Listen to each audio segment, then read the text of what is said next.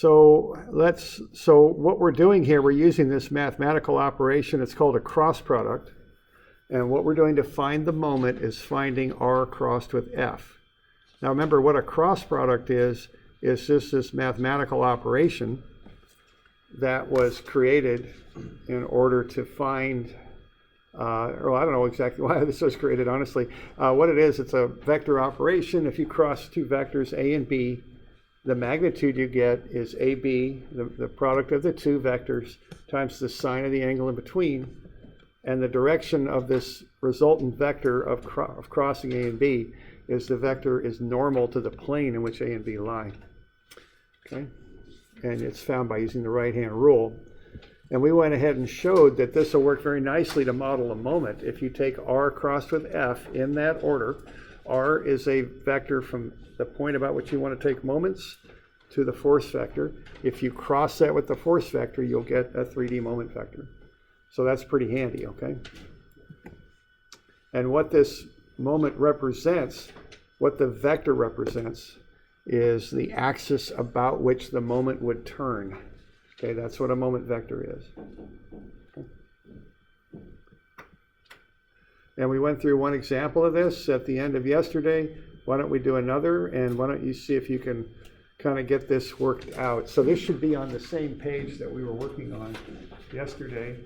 And that page is 310, so page 310. And this is the second run at it. It's just like what we did when we did these manually, where we did 2 runs at it and got the same answer. Let's do the vector thing twice and get a second time here, and we should get the same answer.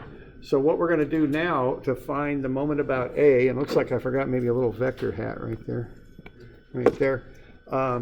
That should be RAB crossed with FBC, okay? So by doing that cross, we should come up with the moment about A expressed as a vector. Now we've already got FBC, we did that on the left side of the page. So how about coming up with RAB and then crossing it with the force vector? So see if you can come up with RAB.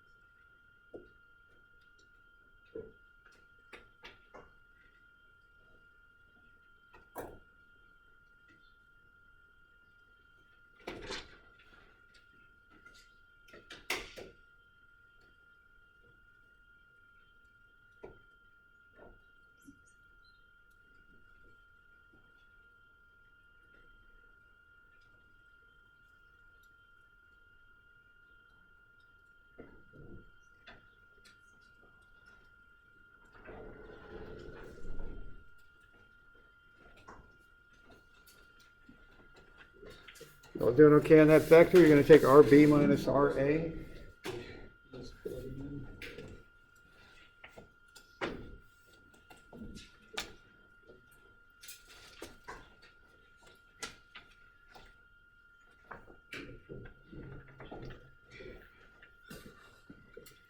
Okay. And then once you've got it, you do the cross product. So we're just taking RB and subtracting off RA. That's how we're getting from A to B. And we want to check that, always kind of look at it and go, does that make sense? And, I think what I've got there makes sense because I'm not going in the X direction. I'm going positive Y, negative Z. That looks about right, okay? So we're doing all right with that vector. Then we do the cross. And as I say, there's a lot of ways to do the cross, so whatever way works for you is fine. Just show your work. There's the determinant method, like what I learned. There's that move the two columns over and do the crisscross thing that they do here at school. I think at LBCC, I think a lot. That's fine. There's a formula right on your formula sheet. So I don't care how you do the cross, just do it and show your work, okay? And the cross will automatically generate the moment vector. And again, if you look 2 pages back, this is doing the exact same thing that we did visually before. And that's the nice thing about this. It just generates what you would do if you looked at it and kind of worked everything out. It just kicks it out for you, is what it does. All right.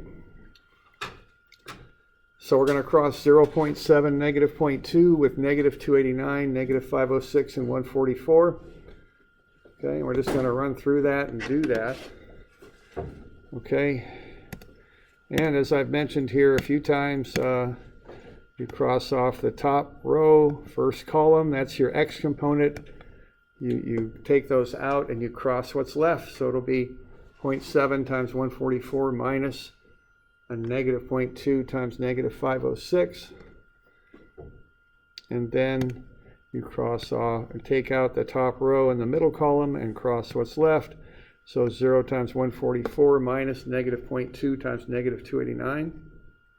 That's the J component. Now that gets a negative in front of it, remember that. And then the last thing you do is you cross out the last column, top row, and then you cross what's left. So 0 times negative 506 minus 0.7 times negative 289. Okay. And that's exactly what we did when we looked at this thing a couple pages previous, or 3 pages previous. We did the same thing. And this thing just automatically generates that for you. Okay. So, we all right with that? And then I've got the intermediate calcs over here. You'll notice there is a little bit of rounding error on that. 100.8 minus 101.2, but that's essentially 0. It's just rounding is what's making that, that real low I component. It would actually be negative 0.0.4, but that's really 0 is what that is. It's just rounding. Okay. So you just work your way through that, and you get the same moment about A. So that's how you do a 3D moment, okay? And you can use whichever vector from A to the force that you want. You just use the simplest one I can come up with because it makes the calculations less to do. So we doing all right with that? Because, this stuff will be on the midterm for sure. I mean, we always do this stuff. It's pretty important, a 3D moment. Okay, so this is just one of those things you just want to figure it out, what to do. Yeah, question? On the midterm, are we going to have to do it each way? No. Okay. No. On the midterm, I just say, what is the moment of this force about this point? And you're just going to do it. You're just going to show me how you do it so I can follow it. I mean, that's it. I don't spec out a method or anything. No. Okay. Yeah, question? Any problems with doing I don't know. I haven't done it yet. It's not like somewhere between 4 and 8, somewhere in there. Okay. Because we're going to be in 50-minute class, right? 50, yeah. And it is an issue. Now, one thing I'll do on this 3D stuff takes a long time. Quite often on the midterm, what I do is I give you vectors and I put them on the back page. I have a spreadsheet that'll just kick them out.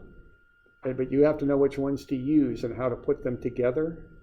But realize that'll be coming up because I don't want you to have to go through and calculate the vector every time for every problem. You're not going to have time to do that. So just be prepared for that, okay? On the back page, I'll just have a bunch of vectors.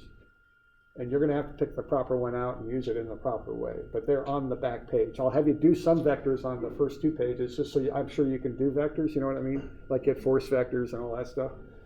but then on the back page, I'll put them on there, or vectors you can easily use to get what you need, okay? They're going to be on there, okay? So that's how I do that, and it's very important that you know they're there, and I'll tell you this 10 times because I want you to remember it. And you know, so you just pull that back page off, lay it down, oh, I need this vector, there it is, bang, okay? So that'll really speed up this process a lot, because you're not going to have to go through, you know, I'll have you do one of that once, you know, on the front page. And after that, I'll give you the pieces where you can easily, maybe I won't give you the whole force vector, but maybe I'll give you the unit or something, you know. You know what I'm saying? Okay, so just be very aware of that, because I think it's a good point. I mean, this 3D stuff takes a long time. I'm aware of that. Yeah, I was sort of wondering how. Yeah, right. Yeah, it's a good point. I'm well aware of it too. And also, you know, I don't want you to sit there and calculate 10 force vectors. What's the point? You know, if you can do it once, you can do it 10 times. So, okay, that's the idea. All right. And I'll give you a review too, so you got some idea, you know, what this thing will look like. It's already up in Moodle too, if you want to look at it. It's already there under test reviews. All right. All right. Okay, so that's how you do 3D moments. Now, these are moments about a point, and what this vector that we generate is, remember, it's normal to the plane of the moment. There it is. So this vector represents the axle about which the wheel of the moment would spin. So if the moment is a wheel, if it's free to go anywhere it wants, so I guess this is always hard to say, but if the force is free to generate any moment it wants, this is the vector that's normal to the plane that that moment would occur in. Okay? So if this were like just a rocket or something and it's on a string, this is the plane it would rotate in. The moment vector is normal to that plane. Okay? Now that will lead us to the next little point I want to make, because that's quite a statement. If the force is free to spin about any plane it wants, okay? Because quite often they're not, okay?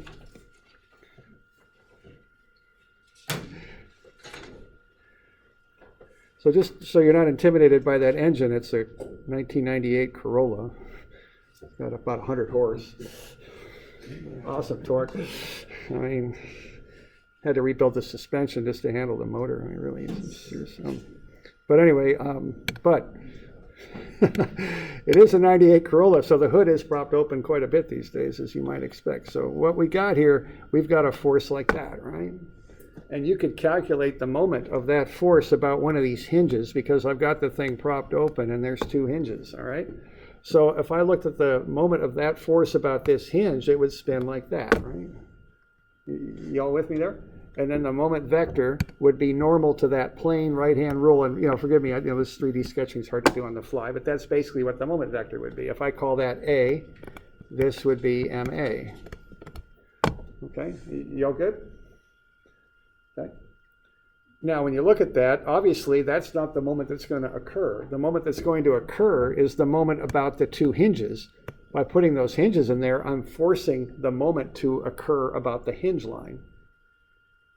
If I'm looking at what's actually holding that hood up, it's the moment about the hinge line. We good?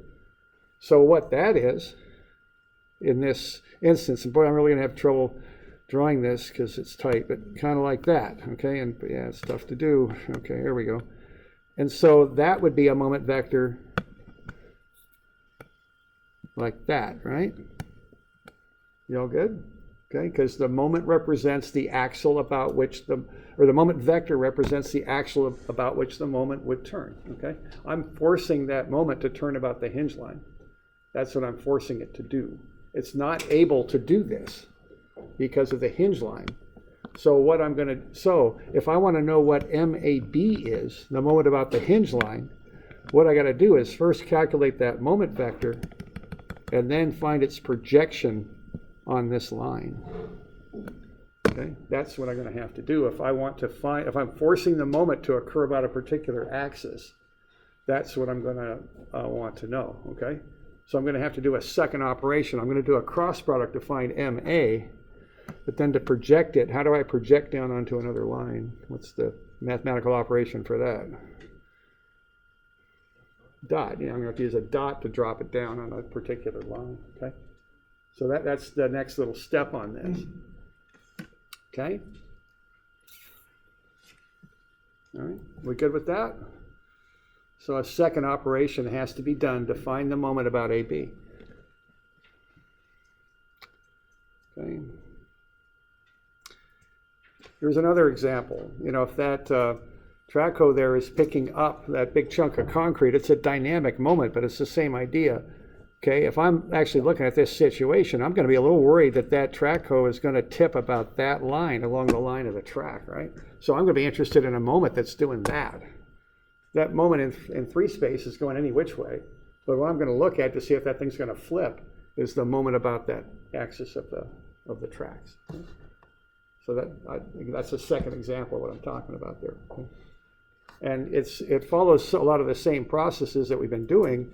It just involves a second operation. You got to tack a dot product onto it. Okay. So let's have a look here at the next page, and you see the same sketch, but a little bit different setup. So is this 320? I'm thinking. Yeah, 320. Okay. So now what I've got, instead of a block, is I have the block outlined. So it becomes like dimensions, and then I've got an axle running from A to D, running across the top of where the block was, and I've got bearings there, holding a shaft. Okay, so I've got a bearing here and a bearing there, frictionless bearings, and I've got a shaft that runs between, and I've got a plate. And I'm going to push on that plate with this force.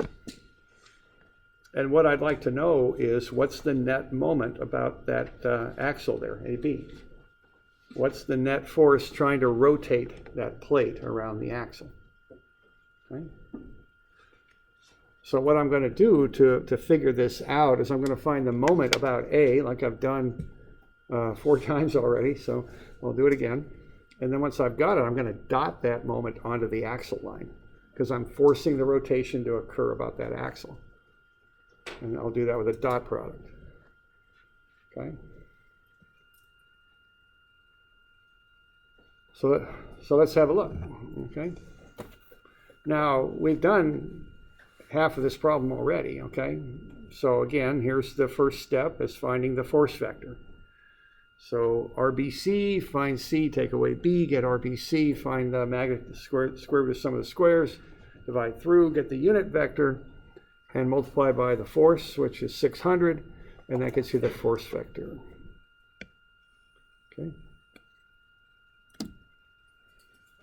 So there's the force vector. We've done that four times, or I don't know, twice or whatever, okay? Just like we've done before. Standard drill for finding a force vector. Okay. All right, then I put the force vector anywhere along its line of action. C is the easiest place. That has the simplest position vector. I'm going to use the position vector from A to C, just like I did on the previous page. Negative 0.400. I'll cross it with the force vector, and I'll come up with the moment. And I've done all this before, okay? Now the next stuff is the new stuff, okay? So what I'm going to do now is I'm going to look at that moment vector. There it is, okay? It's that green vector going up at an angle is what it is. It's this vector right here. That's the moment vector. Okay? And what that is 0I plus 57.8J plus 202K.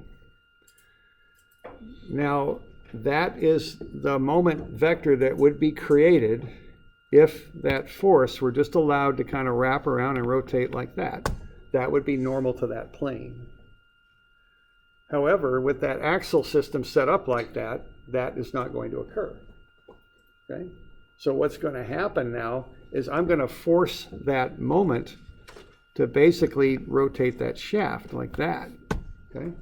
So I'm going to have to take that moment vector and project it down onto the line for the moment vector for that rotation that's going to occur. And that's the line for that is the axle from A to D. So I'm just like I've done dot products before, I'm going to do the same process.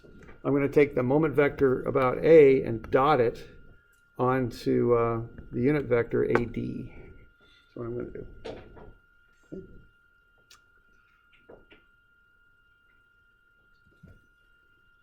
So what I got to do is I got to find the unit vector AD.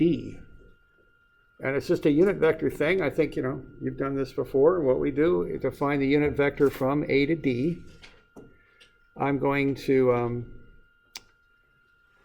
go ahead and find the position vector from A to D. I'm going to take RD, which over there would be what? 0 in the X, 0.7 in the Y, and 0.2 in the Z. Okay, so there's RD right there.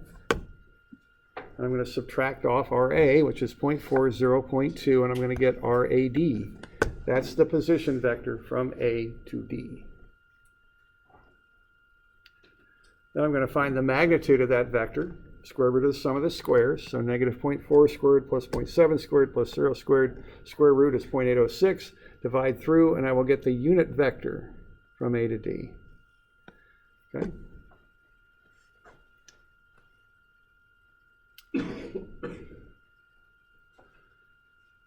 Okay, so that's the unit vector from A to D. What I'm going to do now is dot the moment vector with that, and that will get me the magnitude of the moment that occurs about axis AD. Okay. So my moment vector is 0, 57.8, 202.3. I'm going to dot that with negative 0.496, 0.868, and 0. So I'll take the like components and I'll multiply them together, and I'll add up those products. So I'm going to get 0 plus 50.2 plus 0. That will get me the magnitude of that moment. So if I have this physical setup here, if I push with 600 newtons on that plate that's connected to that axle, I'm going to get a moment like that, and the moment is going to be 50.2 Newton meters. That's going to be the magnitude. Okay. That's going to go under the plate, so that'll wrap around. When I do that, my thumb points from A to D, so I did indeed get a positive answer here, which I would expect, because that's the moment vector would indeed go from A to D. So it'll run along this line, normal to the plane in which that moment would rotate about that axle. Okay. So the magnitude is 50.2. If I want a moment vector, I'll multiply that magnitude by the unit vector for AD, and I'll get the moment about AD expressed as a vector. Okay. So the mechanics on doing this are just taking the moment vector and dotting it with a unit position vector for the axle about which, or the axis about which the moment is forced to rotate. It's just like doing a force dot product. It's the same thing, except you do it with a moment vector. Okay.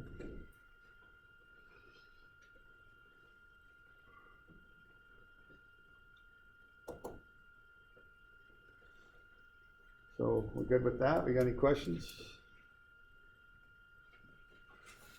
Okay.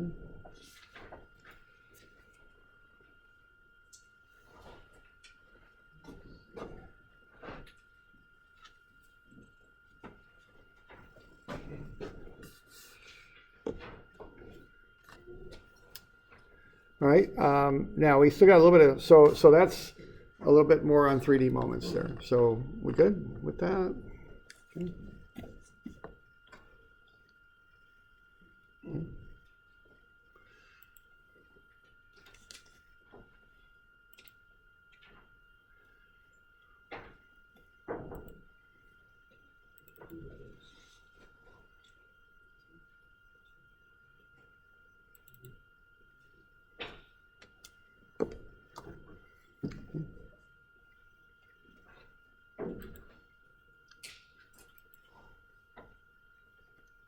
So good. Questions? Okay.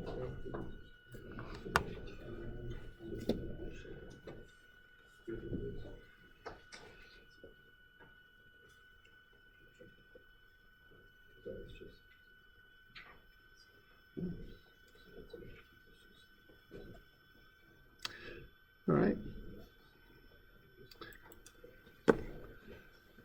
So that's another example of a 3D moment, okay? Now let's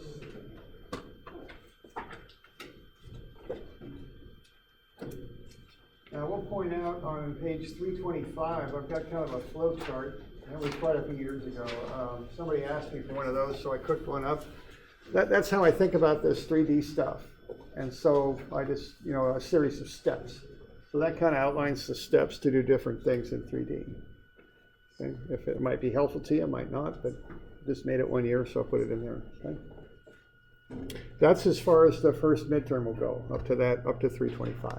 Okay? Right, now we've got another style of moment that I just want to cover here briefly. And this has its own kind of special name, which is kind of a funny name there. It's called a couple. Okay, and there's a reason for that. It seems like kind of a weird name, but that's what they call it. I like to call these things pure moments. Couple is a little bit odd to me, so it's just a pure moment. And here we see a valve. We have these on the second floor here. If I want to open that valve, what I do, I grab it with my hand, and of course, I spin it, right? Now the deal with this is, so far with moments, we've been looking at a force and a distance. This doesn't involve a force and a distance. It's what I call a pure twist. All I'm doing is twisting that handle on the valve. I'm not pushing it. A push would be a force. I'm not pushing it left or right or forward or backward. I'm just twisting it. So it's a little bit different kind of moment than what we've been dealing with here so far. It acts very much the same. However, it doesn't have an associated force. Okay? Here's two doorknobs. Okay? The way you open this doorknob is what? You push on it, right? And you've got an offset distance. But how do you open this one? You just turn it, right? You don't push it. Unless you're a kid and you push and beat on everything and break stuff around the house. But my dad used to say his kids don't sit in chairs, they attack them, is what he said. Observing my own kids, I think he was right. Okay. All right. What else do we got here? Okay. Here's opening a jar, right? I twist it. If I can't open it, though, then I'm going to break out the artillery here, right? I'm going to pull and do that. Okay? Force and a distance. They both open the jar, but they act differently. Okay? All right? And this action is called a couple, is the term for it. So let's have a look at 330, I think it is, and see, and look at this just a little bit. What's going on here? Okay? A couple, and this is kind of out of statics books. As I said, I don't really care for this word so much. It's kind of odd, but I like to call it a pure moment, really. A moment with no associated net force. So if we go back to that valve and look at what's happening in that valve stem, what's happening there is about the center of the valve stem, there are a bunch of little forces going there. For every one on top going to the left, there's one on the bottom going to the right. For one on the right going up, there's one on the left going down. And see, this is where the word couple comes from. These forces come in couples.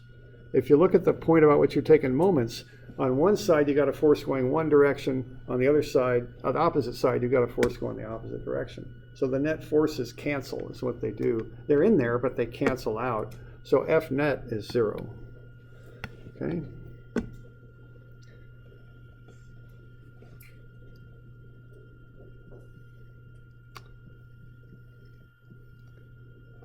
Okay, here's two ways to fix a flat tire, right?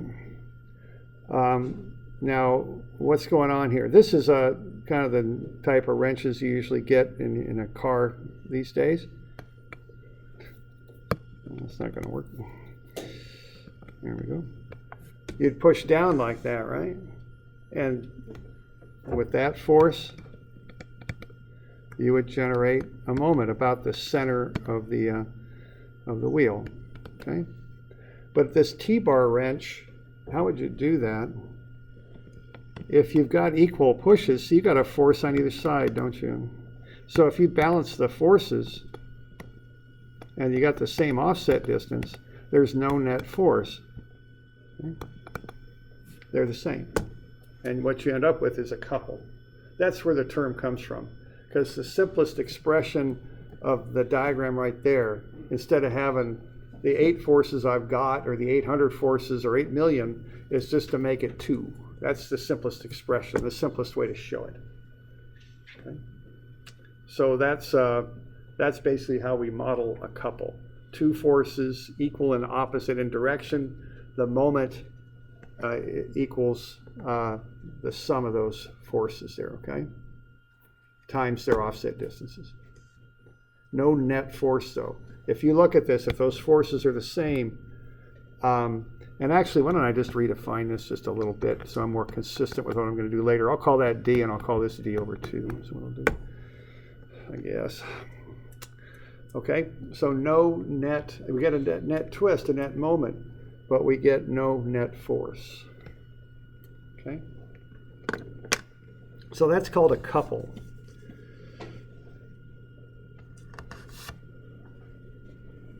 All right, so I'd like to have you do a bit of homework here for these moment problems. So let's have a look. Now this is, I mentioned earlier in the term, there's 2 slightly different packets out there, and this is where we're going to have to pay a little attention to that, okay? So let's first assign the numbers and let's have a look. So have a look in your packet and see what you've got. What I'd like you to do is 201, 202, and 211.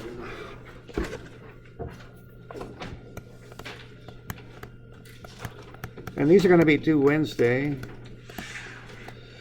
Now, let's start on the cover of your packet. Some of you have, I would hope, 2019 Fall B on the cover.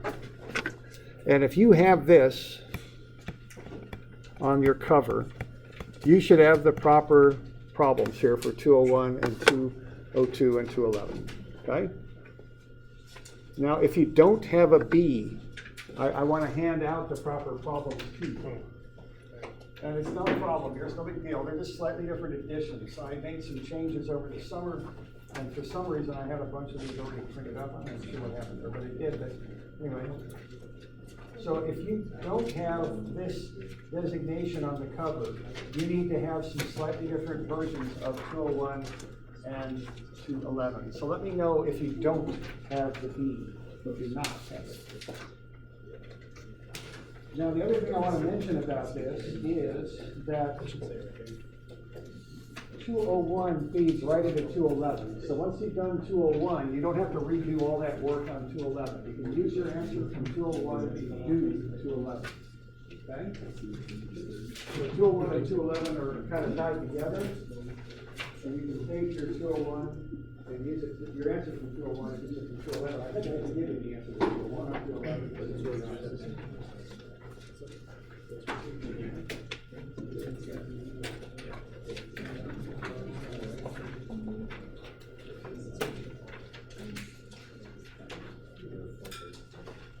So 202 must be correct. 202 is correct in both editions. You need to then give one to us.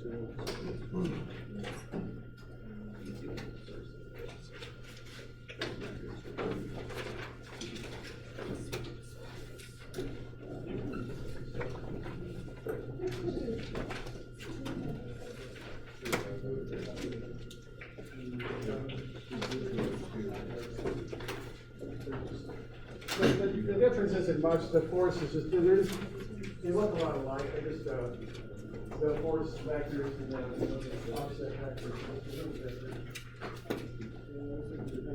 And one of these others on there that come up. So,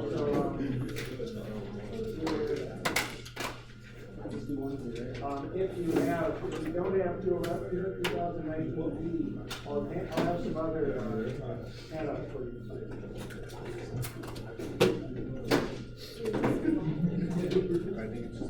All right, so those are Wednesday. Now, another thing that's coming up, I don't think I'm going to be here Monday, so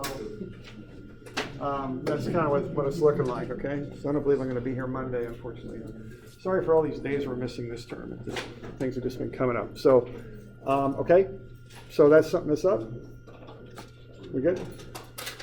Okay, so now those of you online, have a look at the cover of your packet, and I'll post the corrected copies of 201 and 211. Now, on this one, again, just to emphasize, use your answer from 201. Don't redo the whole thing, okay? You can use your answer from 201. All right?